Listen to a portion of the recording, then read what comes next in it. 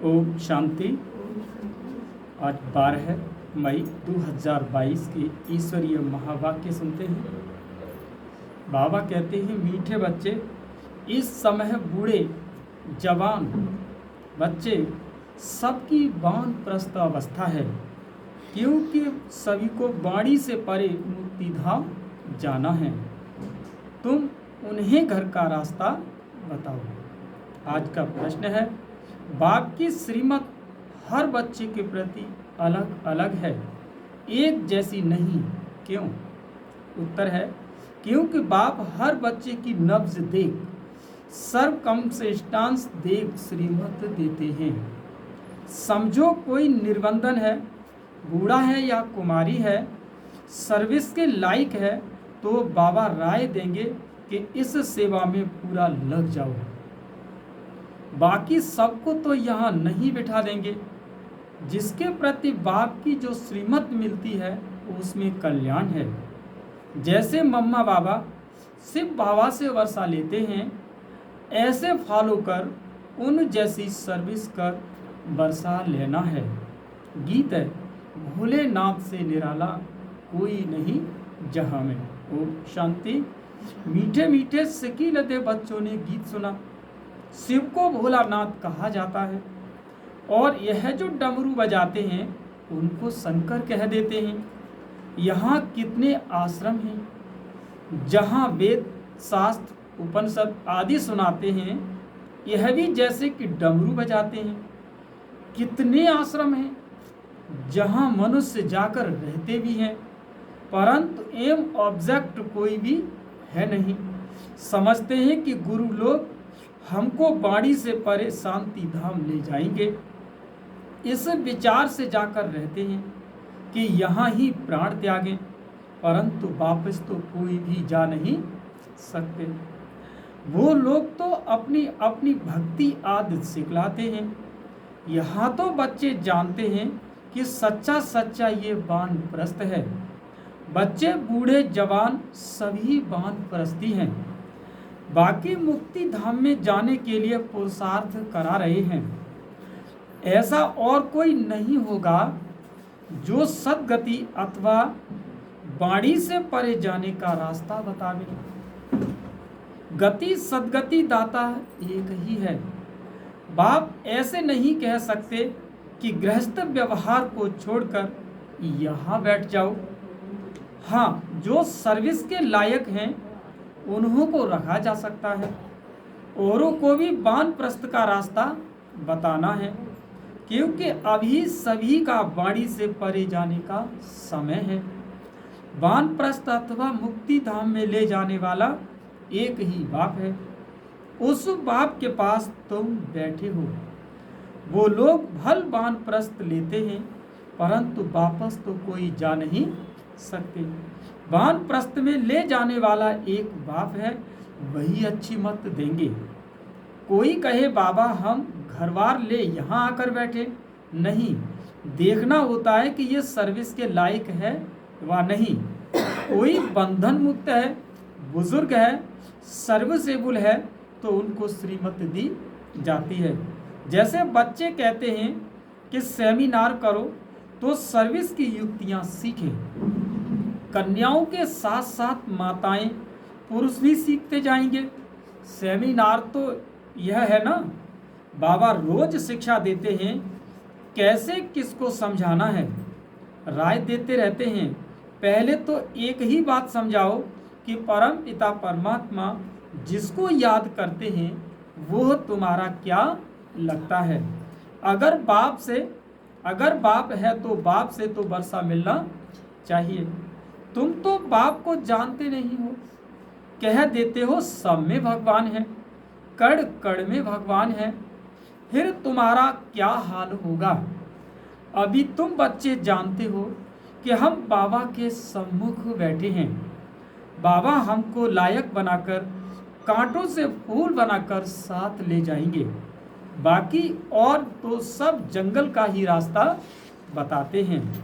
बाबा कहते हैं कि बाप तो कितना सहज रास्ता बताते हैं।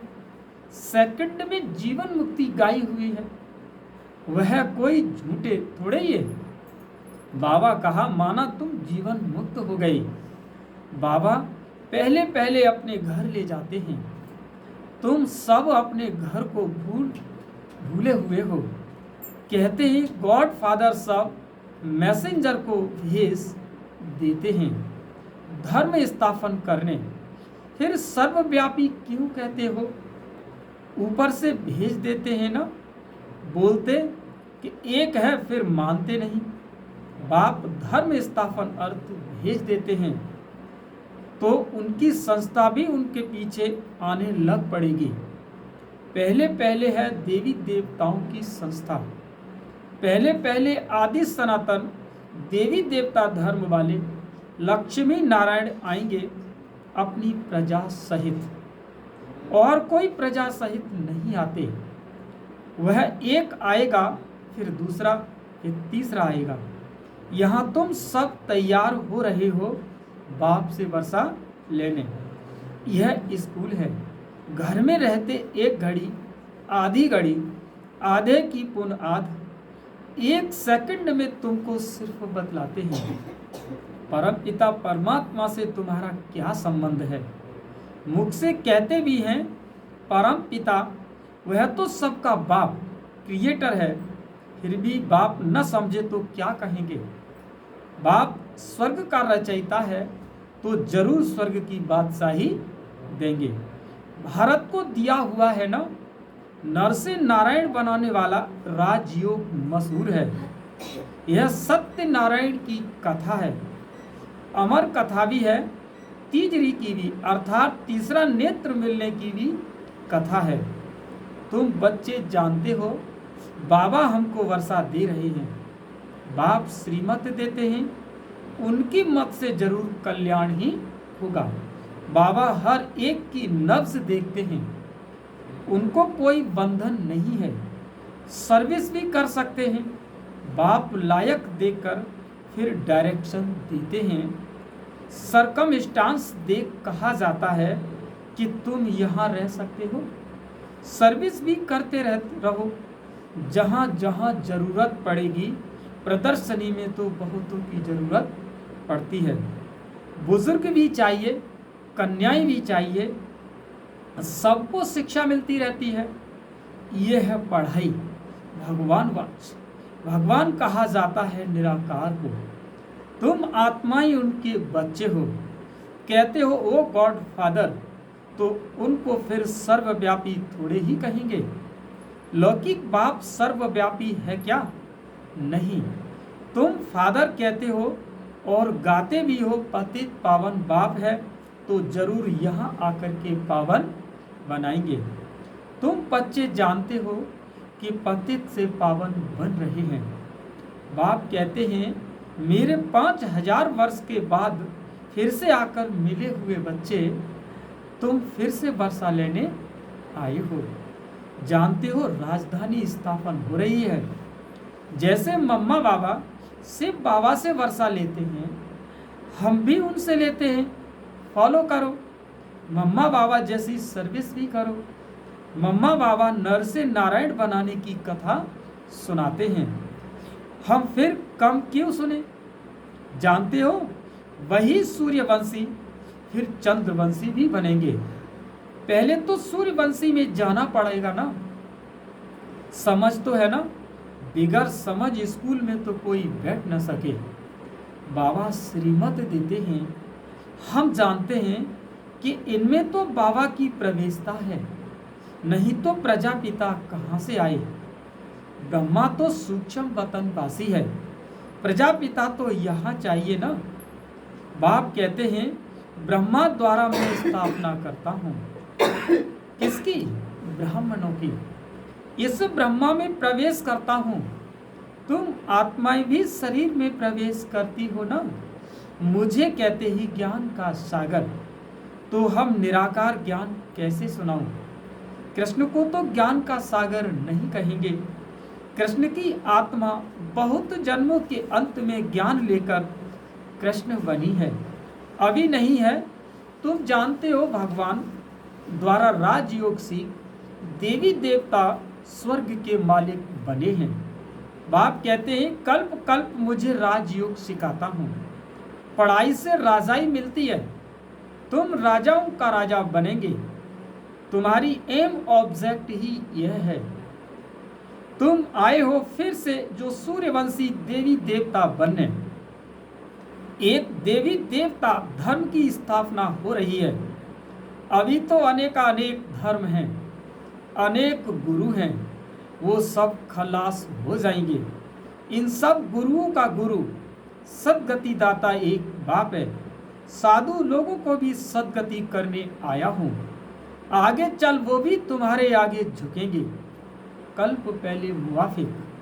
तुम बच्चों की बुद्धि में ड्रामा का सारा राज है।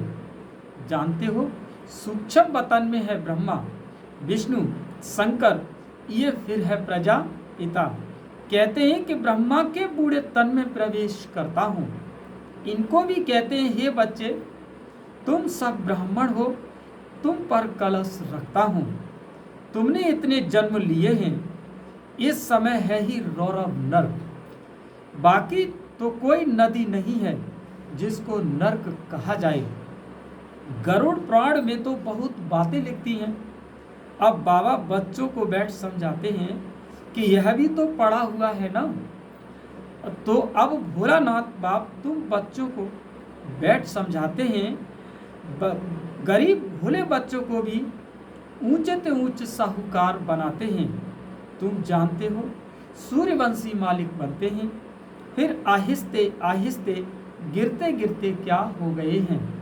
कैसा वंडरफुल खेल है। स्वर्ग में कितने माला माल थे। अभी भी राजाओं के बहुत बड़े बड़े महल हैं, जयपुर में भी हैं। अभी ही ऐसे ऐसे महल हैं तो आगे वाले पता नहीं कैसे होंगे। गवर्नमेंट हाउस ऐसे नहीं बनते हैं। राजाओं के महल बनाने का भवका ही अलग है।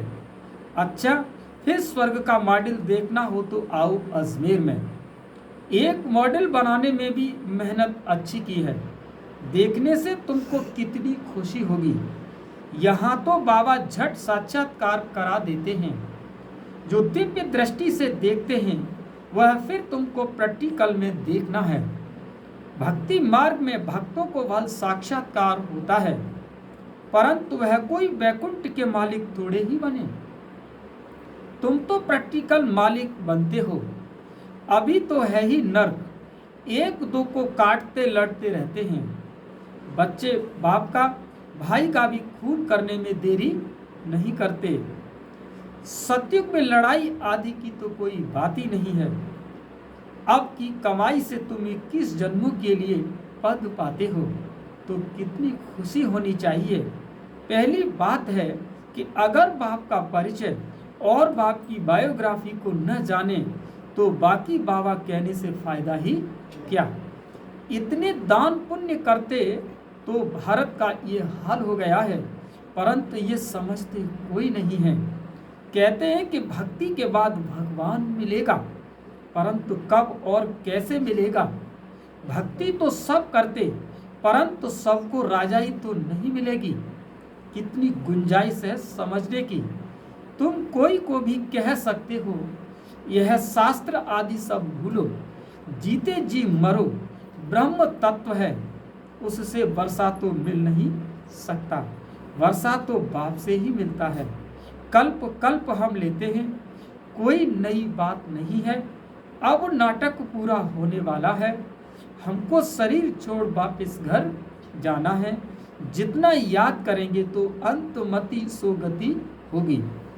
इनको कयामत का समय कहा जाता है। पाप आत्माओं का हिसाब किताब चुकतू होना है। अब पुण्य आत्मा बनना है योग बल से। भमोर को आग लगेगी, आत्माएं चली जाएंगी वापस। एक धर्म की स्थापना होती है तो अनेक धर्म जरूर वापस चले जाएंगे। शरीर थोड़े ही साथ ले जाएंगे। कोई कहे मोक्ष मिले, परंतु ये कैसे हो सकता है जबकि बना बनाया ड्रामा है जो सदैव चलता ही रहता है। इनकी कभी एंड नहीं होती। अनादि चक्र कैसे फिरता है सो अब बाप रोज बैठ समझाते हैं और ये सारा राज बताते हैं। ये सब बातें समझानी पड़े। जब जास्ती समझने लग पड़ेंगे फिर वृद्धि होने लग पड़ेगी। ये तुम्हारा बहुत ऊंच धर्म है, इनको चिड़िया खा जाती है और अनेक धर्मों को चिड़िया नहीं खाती। तुम बच्चों को इस दुनिया में कोई शौक नहीं रखना चाहिए। यह कब्रिस्तान है। पुरानी दुनिया से क्या लागत, क्या लगाव रखनी है। अमेरिका में जो सेंसिबल हैं वो समझते हैं कि कोई प्रेरक है, मौत सामने खड़ा है और विनाश तो होना ही है। सबकी दिल तो खाती ही रहती है। ड्रामा की भाभी ऐसी बनी हुई है। शिव बाबा तो दाता है, इनको तो कोई आसक्ति नहीं है, निराकार है। ये सब कुछ बच्चों का है। नई दुनिया भी बच्चों की है। विश्व की बादशाही हम स्थापन कर रहे हैं, हम ही राज्य करेंगे। बाबा कितना निष्कामी है। तुम बाबा को याद करेंगे तब तुम्हारी बुद्धि का ताला खुलेगा। तुम डबल फिलैंथ्रोपिस्ट महादानी हो, तन मन धन देते हो, अविनाशी ज्ञान रतन भी देते हो। शिव बाबा को तो तुम क्या देते हो, करनी घोर को देते हो ना। ईश्वर समर्पणम, ईश्वर भूखा है क्या? वह कृष्ण अर्पणम करते हैं, दोनों को भिखारी बना दिया। वह तो दाता है। अच्छा, मीठे मीठे सिकी लदे बच्चों पर माँ पिता बाप दादा का याद प्यार और गुड मॉर्निंग। रूहानी बाप की रूहानी बच्चों को नमस्ते। हम सभी रूहानी बच्चों की रूहानी माँ पिता बाप दादा को याद प्यार और गुड मॉर्निंग, नमस्ते नमस्ते नमस्ते। आप सुनते हैं, शुक्रिया बाबा शुक्रिया। अब सुनते हैं मुख्य सार। धारणा के लिए पहला पॉइंट है, पुरानी दुनिया की किसी भी चीज में लगाव नहीं रखनी है। इस दुनिया में किसी भी बात का शौक नहीं रखना, क्योंकि ये कब्रिस्तान होने वाली है। दूसरा पॉइंट है कि अब नाटक पूरा होता है, हिसाब किताब चुकता कर घर जाना है। इसीलिए योग बल द्वारा पापों से मुक्त हो पुण्य आत्मा बनना है, डबल महादानी बनना है। आज का वरदान है कि खुशी की खुराक द्वारा मन और बुद्धि को शक्तिशाली बनाने वाले अचल अडोल भव। वरदान क्या है, फिर से रिपीट। खुशी की खुराक द्वारा मन और बुद्धि को शक्तिशाली बनाने वाले अचल और अडोल भव। वाह बाबा वाह, और वाह मेरा भाग्य वाह। यह सदा यही खुशी के गीत गाते रहो। खुशी सबसे बड़ी खुराक है। खुशी जैसी कोई खुराक नहीं है। जो रोज खुशी की खुराक खाते हैं वे सदा तंदुरुस्त रहते हैं, कभी कमजोर नहीं होते। इसीलिए खुशी की खुराक द्वारा मन और बुद्धि को शक्तिशाली बनाओ तो स्थिति शक्तिशाली रहेगी। ऐसी शक्तिशाली स्थिति वाले सदा ही अचल और अडोल रहेंगे। आज का स्लोगन है, मन और बुद्धि को क्या कहा, मन और बुद्धि को अनुभव की सीट पर सेट कर दो तो कभी अपसेट नहीं होगे, कभी अपसेट नहीं होगे। अच्छा, ओ शांति।